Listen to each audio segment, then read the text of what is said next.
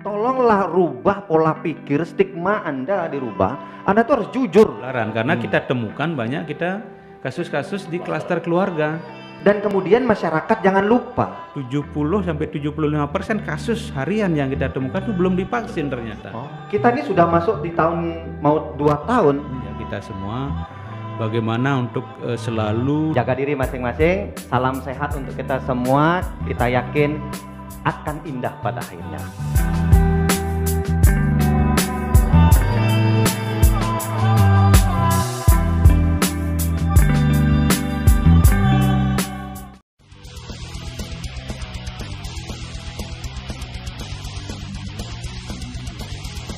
Fakta sekarang sudah masuki hampir di tahun kedua ini, banyak nakes kita juga yang jadi korbannya, Dok, ya. Sangat sayang sekali kita, padahal nakes ini adalah ujung tombaknya. Betul sekali, kalau di hulu, di masyarakat sendiri tidak menerapkan itu, tentu di hilir ini teman-teman kita yang nakes ini bakal menerima akibatnya juga, ya.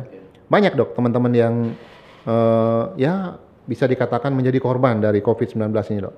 Iya, jadi sebelum itu saya sampaikan dulu tambahkan sedikit dari anunya Pak Dewi. Dari hulunya masyarakat harus prokes, partisipasi masyarakat prokes ketat, 5M sampai 6M, meningkatkan imun dan terakhir. Kemudian jangan lupa. Itu apa aja? Yang M pertama kan kita pakai masker. Pakai masker. Yang kedua mencuci tangan, pakai mencuci sabun tangan. air mengalir tapi yang ketiga tetap menjaga jarak. Menjaga jarak. Yang keempat kemudian mengurangi membatasi mobilisasi. Oke. Yang kelima menghindari kerumunan. Menghindari kerumunan. Yang terakhir ini harus menjaga imunitas. Oke. Kalau menjaga imunitas ini PR kita sendiri. PR kita sendiri. Betul. Ya, yang lain pun juga itu harus lakukan sendiri. Ini ya kata kunci utama dia. Dan kemudian masyarakat jangan lupa. Ya, kita ini sudah masuk di tahun mau 2 tahun.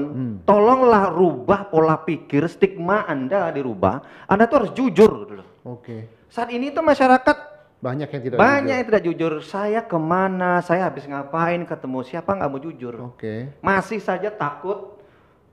Nanti saya diintimidasi, saya dibikinikan. Tidak. Justru dengan Anda jujur, Anda lakukan prokes dengan baik, Anda jujur, kita akan mudah. Karena kalau jujur itu juga menyelamatkan orang lain tentunya. Begitu masyarakat jujur, program berikutnya ini pelaksanaannya 3T. Oke. Kita harus melakukan tracking. Syarat WHO 1:15 minimal. Kalau dapat sampai 20, 55, it's good. Kita jangankan mencari 15, mencari 5 saja dari satu indeks kasus, susahnya minta ampun. Kenapa? Ya itu, masyarakat nggak jujur. Nggak jujur. Bagaimana kasus ini bisa diredam kalau memang masyarakat tidak mau ikut berpartisipasi membantu. Lu membantu loh. Oke. Jadi saya pertegas tuh, masyarakat harus jujur ikut membantu kita. Sehingga tracking kita itu akan mendapatkan hasil yang bagus. Bali ini loh masih terendah saat ini kalau kita lihat rasio daripada indeks kasus dengan kontak eratnya. Oke. Itu problem gitu. Gimana kita akan mendapatkan positivity rate-nya bisa mencapai 5%.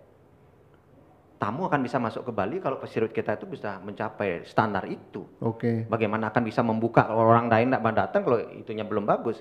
Ayo kerjasama. Oke, prokes ketat, Anda jujur. 3T-nya biar tugas kami. Kita tracking sebanyak-banyaknya. Satu indeks kasus ketemu 10, 15 sebanyak-banyaknya. Libatkan klien sudah semua kita libatkan. Babinsa, kemudian para baja, mahasiswa, kita turunkan semua ikut membantu. Begitu tracking semakin bagus, satu kasus ketemu 15 orang, satu kasus ketemu 15 orang. Lakukanlah tes dengan cepat, real time. Testingnya dipercepat dan diperbanyak. Masif bila perlu. Akhirnya kan kembali kan keputusannya edarnya begitu. Kalau bila perlu, kita di Denpasar dulu sudah sering sekali melakukan tes secara masif. Ya, satu gang blok seluruhnya kita tes. Testingnya luar biasa waktu itu. Ya, walaupun akhirnya masih ada pro dan kontra gitu ya. Ada yang menyetujui, ada yang tidak dan lain-lain. Akhirnya kebijakan tentang testing itu kembali naik turun pola testingnya. Lagi diizinkan tes ini, lagi tidak diizinkan. Akhirnya kita di lapangan yang cukup. Yang kita tidak tahu apakah itu membawa sebuah peranan pokok. Akhirnya sekarang terjadi kasus cukup banyak saat ini, kita tidak tahu. Cuman tes trackingnya harus luar biasa, testingnya harus bagus, kemudian baru di treatmentnya berupa isolasi. Temukan kasus sebanyak-banyaknya, testing dia dengan cepat dan sebanyak-banyaknya, kemudian isolasikan mereka semua. Oke. Baru ini akan bisa memutus rantai penularan dan penyebaran daripada kasus. Oke. Setelah itu baru tambahkan yang terakhir, vaksinasi. Vaksinasi. Oke. Ya, makanya ini salah satu aja. Begitu Anda sudah prokes, Anda sudah tervaksin, Anda jujur, testingnya berjalan dengan bagus, trackingnya bagus, terisolasinya bagus, semua terisolasi, rantai penularan dan penyebarannya akan bisa diturunkan. Oke. Baik. Dan vaksinasi bisa melindungi tubuh kita supaya kalau toh pun kita terpapar kembali, karena vaksinasi itu tidak ada yang 100% memberikan kekebalan. Nah, ini tapi rata-rata di Indonesia yang beredar itu sudah di atas 50%. Oke. Produknya Sinovac, Bio Farma, CoronaVac itu sudah 65%, di atas 60. Ya, kemudian datang dari AstraZeneca sudah hampir 76%. Moderna sekarang itu sudah efektifnya di atas 80%. Belum lagi Pfizer yang sampai 95%. Semuanya memiliki efektivitas berbeda-beda. At least it mean adalah berarti kita ada persentase yang kemungkinan akan terpapar kembali. Nah, nakes waktu itu kita kan dapatnya dengan jenis vaksin yang pertama, ya, dan itu belum terbentuk herd immunity, baru sebatas kita saja, otomatis rantai penularan masih cukup banyak. Akhirnya yang terpapar tetap juga banyak nakes-nakes kita, ya, walaupun sudah tervaksin lengkap, banyak nakes yang terpapar. Walaupun memang gejalanya tidak separah, tapi akhirnya juga banyak yang meninggal. Tapi kalau kita lihat dari lonjakan kasus dengan kasus yang meninggalnya, kalau kita absolutnya banyak, tapi kalau persentasenya mungkin tidak akan begitu kelihatannya. Cuman ini menjadi fokus juga, jumlah nakes sudah sedikit, yang terpaparnya kelihatan banyak. Jadi kita berbicaranya absolut jadinya. Nah, ya, saya bilang tadi. Ya, jadi vaksinasi ini saya tegas kepada seluruh sahabat, vaksinasi ini bukan obat. Vaksinasi ini bukan satu-satunya cara untuk kita terhindar dari COVID, ya, cuman salah satu dari semua ini, hulu, pertengahan sampai hilir ini. Ya, betul. Oleh karena itu, ayo disiplin. Tuh, ingat tuh, teman-teman. Ya, kita disiplin. Anda terapkan prokes, Anda ikuti program pemerintah yang 3T ini, dan Anda ikuti program imunisasi ini, vaksinasi COVID ini. Saya kira kalau ini berjalan selaras semua, continue, kita akan cepat ini selesai. Betul. Ya, mudah-mudahan tidak ada gelombang-gelombang yang lain. Cukup kali ini saja gelombang ini, kita masyarakat harus cepat cerdas, smart mulai hari ini, menyikapi perkembangan kasus ini. Tolong dukung upaya-upaya pemerintah sampai saat ini. Betul ya, Pak? Baik, terima kasih, Dok. Itu sudah dipertegas loh tadi teman-teman bahwa peranan kita sebagai masyarakat itu juga penting. Ya, kalau kita sudah menerapkan prokes yang ketat di dalam diri kita, di keluarga kita, tentu efeknya nanti di teman-teman nakes juga tidak bakalan mendapatkan banyak kasus, sehingga mereka juga tentu akan bisa jauh lebih sehat dari kondisi saat ini. Ini penting ini teman-teman, karena fakta yang berbicara, kondisi itu menunjukkan bahwa kita sebenarnya yang belum sadar menerapkan protokol kesehatan. Ji Dewo, terkait dengan penerapan PPKM yang levelnya 1 sampai 4, kemudian ada isolasi terpusat ya saat ini ya. Mungkin bisa dijelaskan sedikit. Ya, seperti Pak Dokter bilang ya, bahwa peran masyarakat ini juga sangat tinggi ya. Jadi bagaimana dalam penurunan indeks kasus ini kita bisa segera mencapai atau penurunan level. Jadi pada saat ini Denpasar itu masih di level 4 ya. Jadi ini banyak yang juga mempertanyakan kenapa masih level 4, dan itu padahal kasus kita sebenarnya sudah turun dari 5 hari terakhir ya. Kalau 5 hari terakhir kita lihat tiap hari kita update kasus, itu biasanya ya dalam seminggu yang lalu itu kasusnya bisa 600 ya, 650 per hari yang kita temukan ya. Ini dalam per hari 600 kasus per hari, itu tinggi sekali ya untuk ukuran Denpasar. Kemudian dalam 5 hari terakhir ini itu sudah di kisaran 100-200 per kasus. Ya, jadi tapi yang tadi Pak Dokter bilang positivity rate-nya kita masih tinggi. Karena apa ya? Tadi tracing itu kita belum tinggi kasusnya yang kita temukan, yang kita lacak. Jadi memang ada beberapa variabel ya, sebenarnya ada 2 variabel. bagaimana itu kapasitas respon ya Dok ya, kapasitas respon, dan kemudian yang lagi satu disebut dengan laju penularan. Ya, laju itu 2 variabel yang terdiri dari 3 masing-masing. Ini ada 3 indikator. Bagaimana kasus positif harian, kemudian bagaimana kasus yang ditangani di rumah sakit, kemudian ada kasus kematian, itu di laju penularannya. Kemudian juga di kapasitas respon ya 3T itu, testing, tracing, dan juga treatment itu. Nah ini yang memang Denpasar ini masih di level 4, masuk di, kalau kita lihat kenapa level 4. Nah inilah upaya-upaya yang harus kita lakukan, bagaimana kita bisa turun level, jadi level 3 atau level 2. Jadi kita terus berusaha ya, mudah-mudahan dengan didukung, ya tentu kita harapkan dukungan masyarakat seperti Pak Dokter bilang, taat prokes ya. Yang paling penting sebenarnya konsisten dan disiplin. Sebenarnya kadang-kadang orang saya sudah masker sudah kan gitu, vaksin sudah kok masih bisa kena ya. Emang dari data yang menunjukkan, kalau kita lihat data per hari ya memang yang belum divaksin ini masih cukup banyak. Tiap hari rata-rata sekitar 70-75% kasus harian yang kita temukan itu belum divaksin ternyata. Ini jadi emang ternyata PR kita masih banyak juga. Karena saya bilang tadi itu mobilitas dan aktivitas masyarakat yang justru datang ke Denpasar masih tinggi. Di samping juga ya data yang kita temukan yang menarik Pak Suwadi yang perlu saya sampaikan bahwa dari kasus-kasus yang kita temukan di Denpasar itu 30-38% itu KTP non Denpasar. Ini fakta yang perlu disampaikan. Ini menarik nih. Terjadi, ya, Pak? Jadi demikian tantangan kita di Denpasar bahwa kita sebagai kota urban ya, kemudian pusat pemerintahan, pusat perekonomian. Jadi banyak masyarakat yang non Denpasar, yang luar Denpasar yang beraktivitas di sini, yang tinggal di Denpasar. Inilah itu sudah diklarifikasi Pak Dewo. Sudah kita sampaikan, sudah kita publish bahwa ini menjadi jadi pemerintah, makanya kita sering berkoordinasi mohon bantuan kepada Pak Gubernur untuk ikut membantu, terutama dalam penyiapan isoter ini, sehingga kita bisa lebih ringan lah untuk membiayai pembiayaan dalam isoter ini, karena 30-38% setiap hari kasus harian ini KTP non Denpasar yang memerlukan perhatian kita bersama. Kemudian kasus kematian. Kasus kematian yang kita temukan itu hampir 98% belum divaksin. Ini juga fakta yang ini menarik ini juga. Jadi makanya kita dorong masyarakat untuk jangan takut divaksin. Memang ini bukan sebagai satu-satunya, tetapi ini penting juga. Tetapi salah satu. Ini penting bukan juga. Tapi salah satu sehingga untuk menuju herd immunity itu. Jadi masih kita terus genjot ini vaksinasi dengan pola berbasis Banjar. Kita jemput bola nih, basis Banjar, kemudian komunitas, kemudian kita libatkan juga TNI Polri yang membantu kita untuk melaksanakan percepatan vaksinasi ini. Ya, jadi itu yang kita lakukan. Kemudian yang selanjutnya terkait dengan Pak Suwadi tadi? Isoter?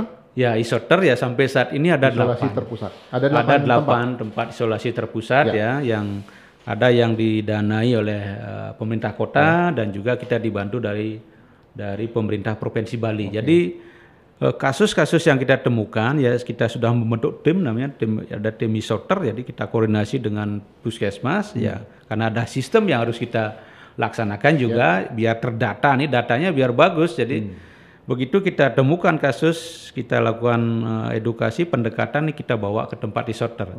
Itu yang tinggal di tempat isolasi terpusat itu mereka yang sudah positif tetapi tidak terlalu keras gejalanya, seperti itu. Jadi yang di isoter inilah yang tidak bergejala dan gejala ringan. Kalau yang gejala sedang sampai berat ya kita akan rujuk ke rumah sakit rujukan.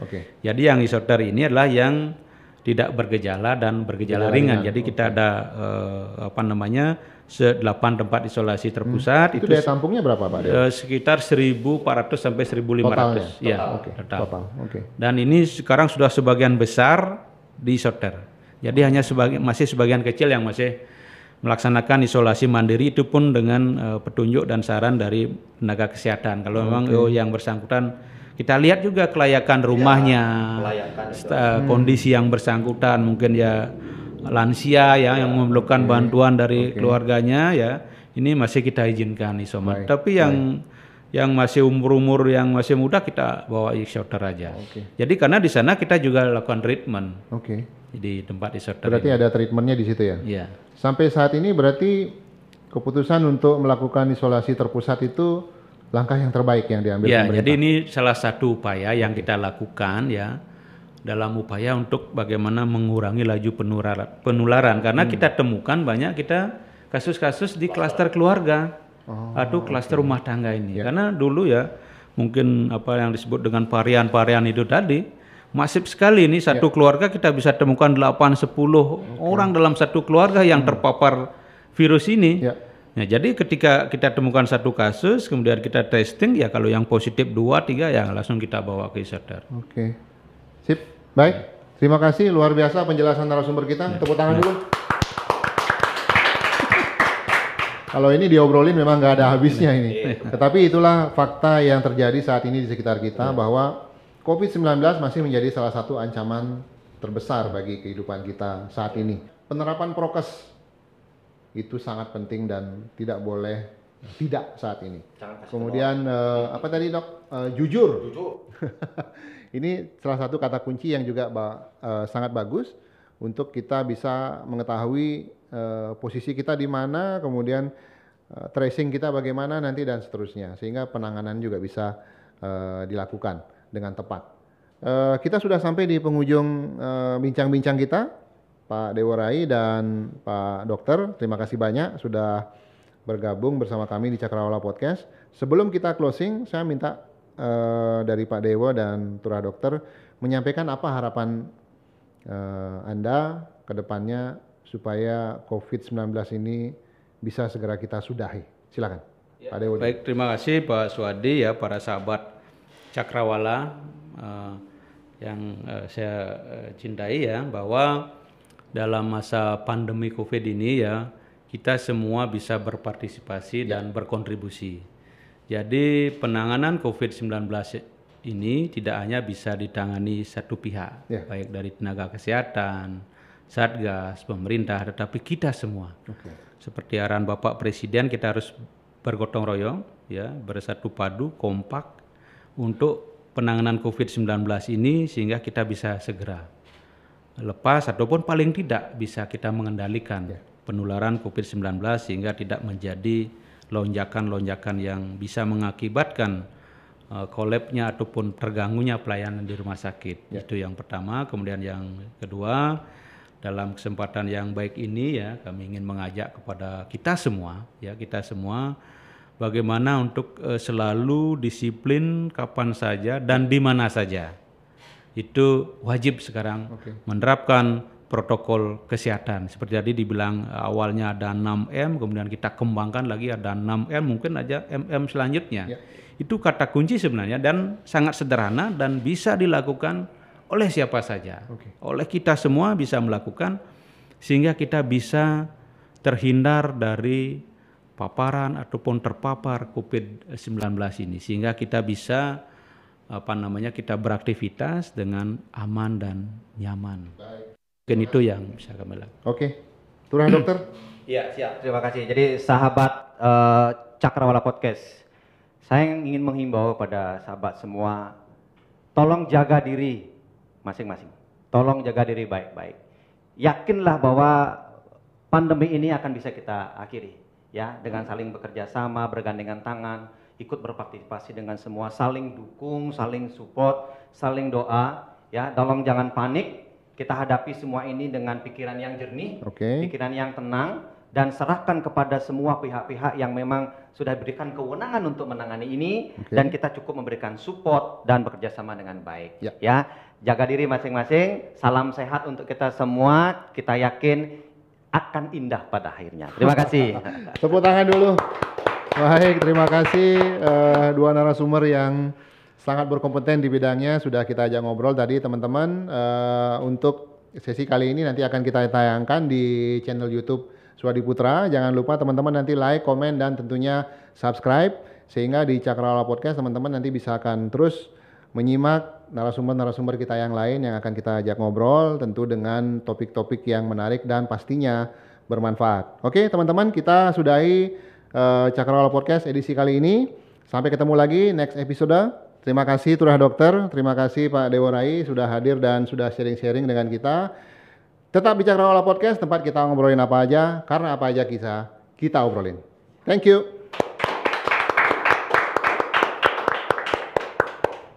Terima kasih. Silahkan minum dulu.